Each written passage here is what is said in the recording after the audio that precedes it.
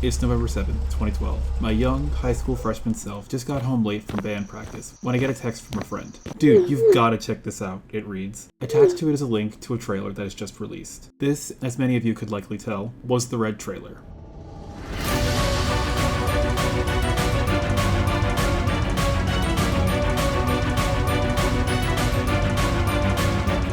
Now, I was instantly hooked, but not necessarily for the reasons you might first expect. So then, hello everyone, it's Vritzien, and before we go any further, this video was made in collaboration with SMMR of RWBY, a month-long event by the fans for the community, as a celebration of both the show itself and the creativity it sparked within the fandom. Now, there were a number of aspects of the Red trailer that resonated with me. However, while those might have gotten my foot in the door, so to speak, they weren't what kept me around until today. It was the more silent elements of both the color trailers and the early volumes, ones that could have been easily ignored or otherwise overlooked, that rooted my care for the series deep into my mind. It might seem like an unintuitive thing for some of you, that something so easily missed could keep a fan engaged with the series for many years, but I would disagree.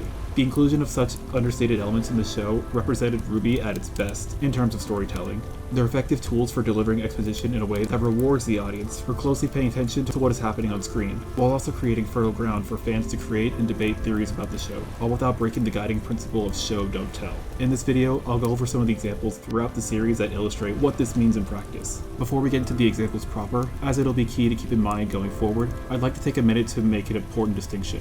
While the title of this video says the silent elements of storytelling, that doesn't mean there isn't any audio to go along with them. The reason I bring up this distinction is because RWBY is an audio-visual type of media, and therefore it conveys its information to the audience via both visual and auditory means. For the purposes of this video, when I say an element is silent, it means that it's conveyed in a way that does not directly explain what it is to the audience. I think this is an important distinction to make, the reason being that there is a distinct, meaningful difference between exposition dumps given by some character or other entity in the story, and exposition given through, say, lyrics of the soundtrack. As while the former is an extremely boring and lazy way to convey information, the latter is another form of art in and of itself, and one that's implemented to specifically enhance the story it's part of. Hence the example of the girls' theme songs, as each of the girls' main themes represents some form of characterization or some type of character growth, a la Weiss. However, soundtracks aren't the only way that sub-audio is being conveyed here, and I hope you keep that in mind as we keep going.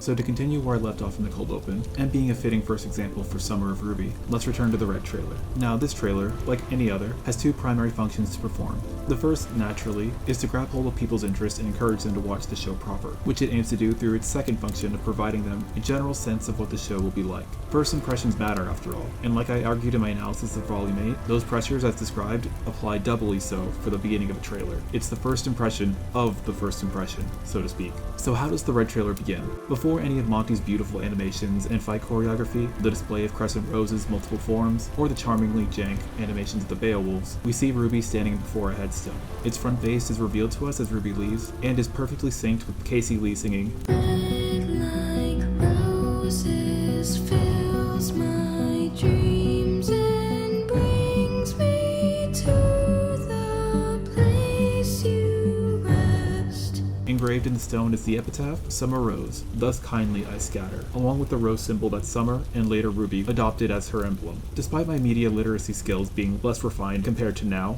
these few seconds stuck out to me and unearthed a mystery box. One that, alongside the questions surrounding it, ones like who was Summer Rose, how did she die, and why is her headstone here when there's no apparent signs of a grave nearby, have lived in my head rent-free ever since, and that, to this day, still has not been concretely opened. Remember, this is all within the first minute of the very first public piece of RWBY media. That makes Summer Rose the second character we've been introduced to, and the first to ever be named within the series. Surely that means it's important, right? And I, for one, felt determined to figure out why. I started my search with the epitaph itself. To me, the phrase, "thus kindly I scatter," seemed too oddly specific for it not to be a reference to something else. My hunch turned out to be correct, as it stems from the 1805 poem, "The Last Rose of Summer," written by Irish poet Thomas Moore. With that revelation in mind, it was time to start analyzing. While a full overview of said analysis of the Red trailer is beyond the scope of this video, the relevant parts of this surrounded what lines, if any, reflect what happened to Summer Rose, and what exactly that the titular "red like roses" actually refers to in the quoted lyric from earlier, as well as the related greater implications of what that answer means within the greater story of RWBY.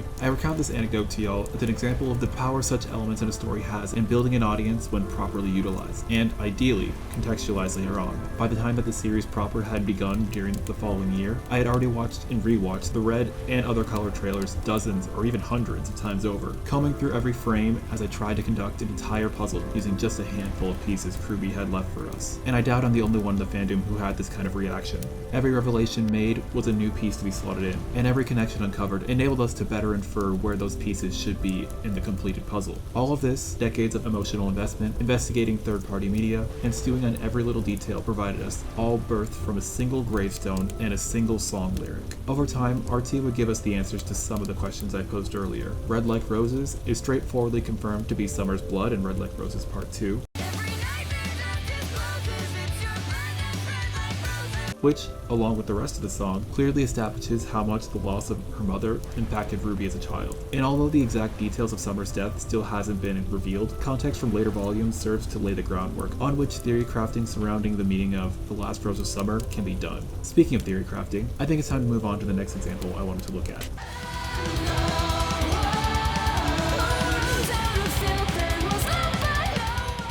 We fast forward to 3 years and 3 volumes later, and the second round of the Vital Festival tournament is heating up. Up next is the match between Emerald and Mercury versus Coco and Yatsuhashi. It's set up to be, if nothing else, an extremely close match. The last time we had seen Team Coffee in action, it was them effortlessly stopping the Grim attack during the Volume 2 finale. However, it ends up being completely one-sided, with both Emerald and Mercury leaving without a single scratch. Now, I really like this fight for a number of reasons. It does a fantastic job establishing a power scale for Emerald and Mercury, but this isn't the reason I wanted to focus on. For that, we've got to skip to the end of the fight itself. After Yatsuhashi is eliminated and Coco loses sight of Emerald, she hallucinates seeing him regrouping with her. Realizing this, Coco is put on edge before Emerald secures the final blow. At the time this episode first dropped, there was a huge debate within some corners of the fandom about what exactly happened there, which I had taken part in. There were 2 main theories to explain this. The first was that Neo had used her semblance to infiltrate the fight. The other was that this is an example of Emerald's semblance in action. I, for my part, was firmly in the latter camp. Of course, this would be later confirmed to be true. I want you to set that aside for a moment as we examine the evidence for each theory only using the information we had available at the time.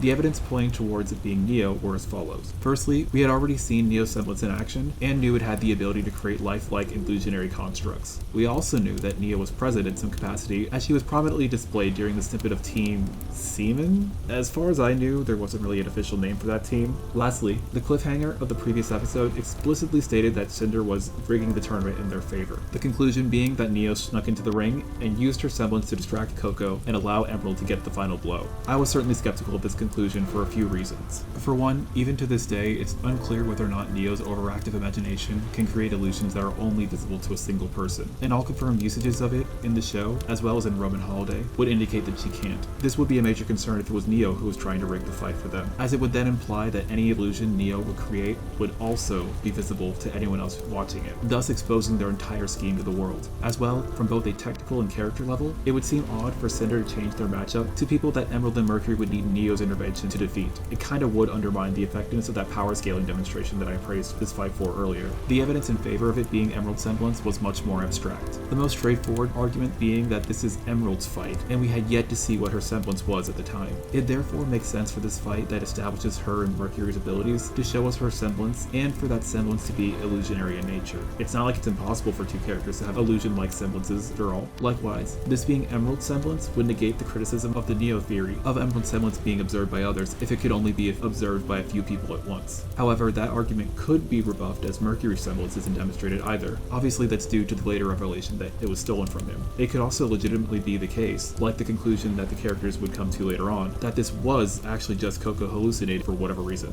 Now, although the logic for this theory is sound, it's fairly weak evidence to argue in favor of it being specifically Emerald, as there really isn't anything in the text itself to support it. Or that's what I'd say if I were looking at it purely from a plot perspective and what's shown on screen. So let's examine this a little further then. From the beginning of the matchup to Coco's fight with Emerald, I'm the one plays in the background. As I described before, the soundtracks have been a useful tool that RWBY has used for characterization and exposition, and this song is no exception. It directly references the fight itself with the lines, making it clear that this is about Emerald and Mercury. Right before the song cuts out though, we're given the line,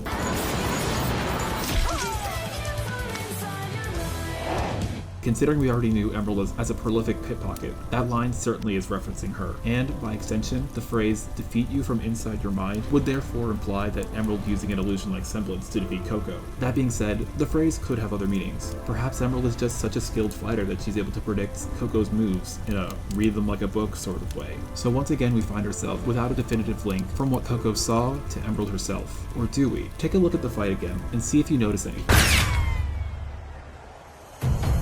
Damn.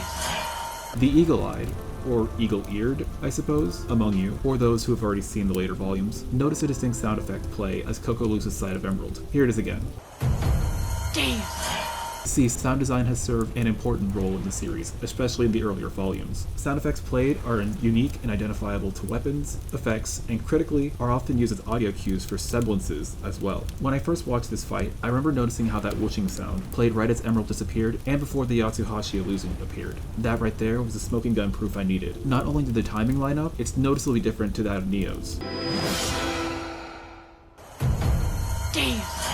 At the time, I compared it to the audio cues, which I had thought signified Cinder's semblance. But the sneeze are a better example of this. Putting all those facts together, one could concretely conclude Coco's hallucination was a manifestation of Emerald's semblance, long before the next episode was released. That being the case, the debate continued on for the next several weeks until the fight between Cinder, Emerald, and Mercury against Amber in episode 7, and it was confirmed that it was indeed Emerald's semblance. To step back then and explain why I love this so much, and how it fits into my wider argument, it's the gold standard example of RWBY rewarding the audience for actively engaging with the show. Although these points are tangential to the scope of this video, I think it's important to also recognize it as just a fantastic method of foreshadowing, creating a sense of dramatic irony, as well as a sense of cohesion that glues the volume together. As I just explained, you could have come to the conclusion of what Emerald's semblance was as soon as her fight with Coco was released. Then, once the show confirms that conclusion later on, the audience is not only just armed with the proper exposition that sets up Emerald's interference with the Penny and Pyrrha fight later on, they're also left feeling immense satisfaction for the correct conclusion, and are further encouraged to actively engage with the series moving forward.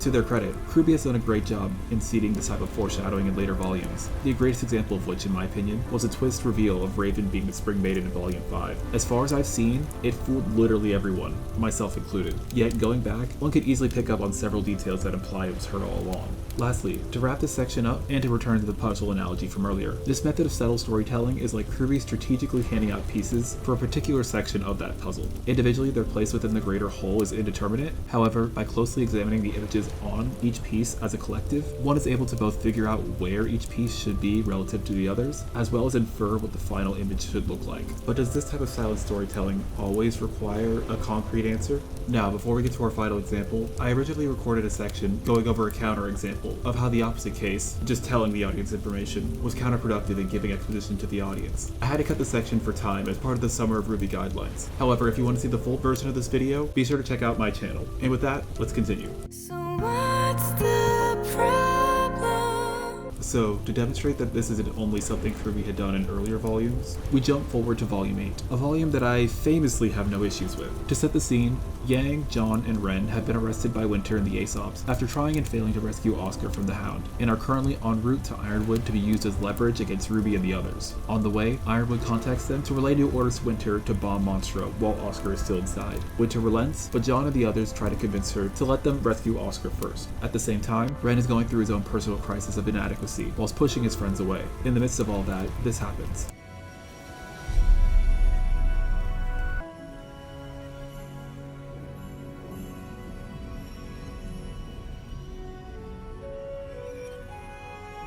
I have my issues with this scene that I've elaborated on further from a writer's perspective, but this aspect of it is not one of them. I mostly glossed over it in my analysis as I didn't have much to say about it at the time, but rewatching this scene for this video though, I figured out how to articulate why I like this moment. To recap, this is the scene where Ren's semblance evolves, granting him the ability to see the emotions of the person he's looking at. This is represented visually by, presumably, lotus petals, seen emanating around them. The colors of these petals correlate to what emotion that person is feeling. To my knowledge, it mostly hasn't been concretely stated in universe universe or out what each color represents. Even so, it's not really necessary here for the most part. The show does a great job conveying that to us without needing any dialogue to back it up. For starters, red would represent anger. This is the exception, as red directly states that Harriet is furious as we see the red petals. Blue represents sadness or grief, light pink likely represents love, and green is probably something like apathy or complacency. That being said, what the pink we see on Ren and the purple we see on Emerald represents is much more ambiguous, and there's certainly room for interpretation. For my part, I would guess that purple represents anxiety, given how Emerald would be feeling after betraying Salem and being escorted at arm point. Oh, brother, this guy stinks! I could also see the argument for grief, as Emerald would still be mourning Hazel's sacrifice. Pink could represent some sort of inner peace or tranquility. It fits with this being the climax of Ren's character arc, as well as this shade of pink is the same one as the one associated with Ren himself. Hell, his semblance is called tranquility after all.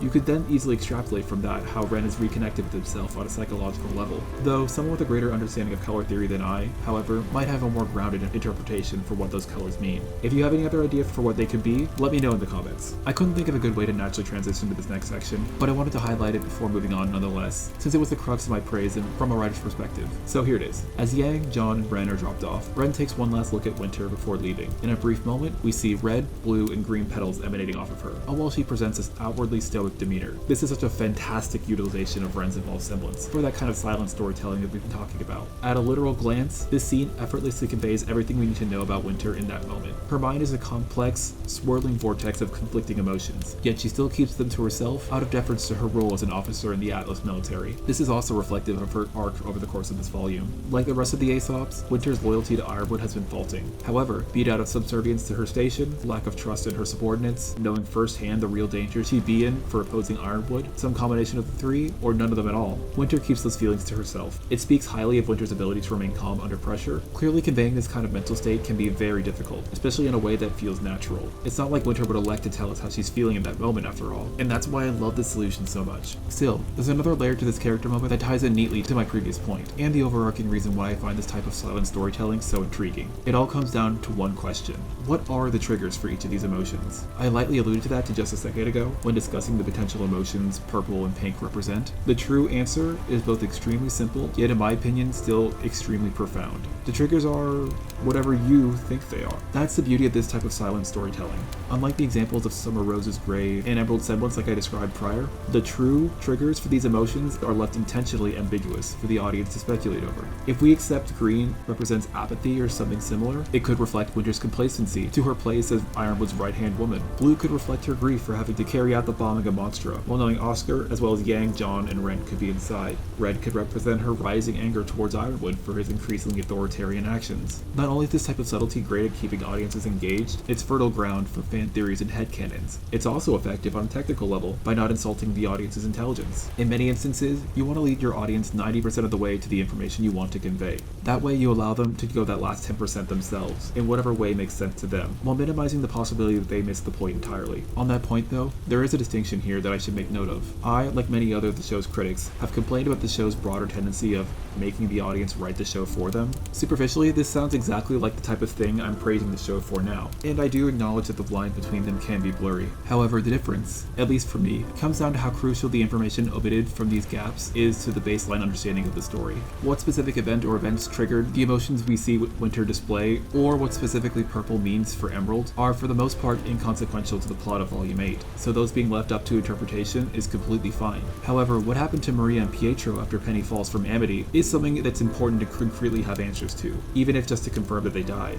Maria is Ruby's mentor and the only person she could speak to about her silver eyes, while Pietro is Penny's father, and his technical skills are what allowed Team RWBY to get their message out in the first place. Their unacknowledged and inconspicuous absence from the show has ripple effects on how the plot of Volume 8 and beyond could have developed, and thus should be properly conveyed. Putting this into our puzzle analogy is a bit of a stretch with how puzzles work. The closest analogy I can think of is like this. There was this post that I read before, I'll show it if I'm able to find it again, that describes how someone realized that different puzzles that are the same size and have the same manufacturer are cut uniformly with the images then superimposed on them. This enabled people to be able to combine two or more puzzles together to create wacky hybrid images. For this analogy then, the shape of these puzzle pieces reflect the crucial information needed to make a coherent story, while the images on each of those pieces are how someone interprets that information. Then, the hybrid puzzles reflect those headcanons and fan theories in relation to the entire story. Naturally, some of those hybrid puzzles will produce a more coherent image than others. At the end of the day though, there's still a solid structure underneath. And I think that's a good point to conclude on. For me, RWBY is at its best when RWBY is at its most subtle, or silent in this case. It reflects the times that RWBY demonstrates their in-depth and nuanced understanding of the world and the characters without having to spoon-feed it to us. And when it comes to us in the fandom, even if our puzzles end up looking drastically different, we can still have an earnest and honest debate on which one is better because the show had armed us with the silent tools we needed to finish them in the first place. And personally, I think that's pretty neat. Alright everybody, that's it for me today. If you like this video, be sure to like, comment, and subscribe. It really helps me out if you do so. And be sure to check out everyone else's Summer of RWBY projects. Thank you all for watching, and I will see you guys next time. Bye bye.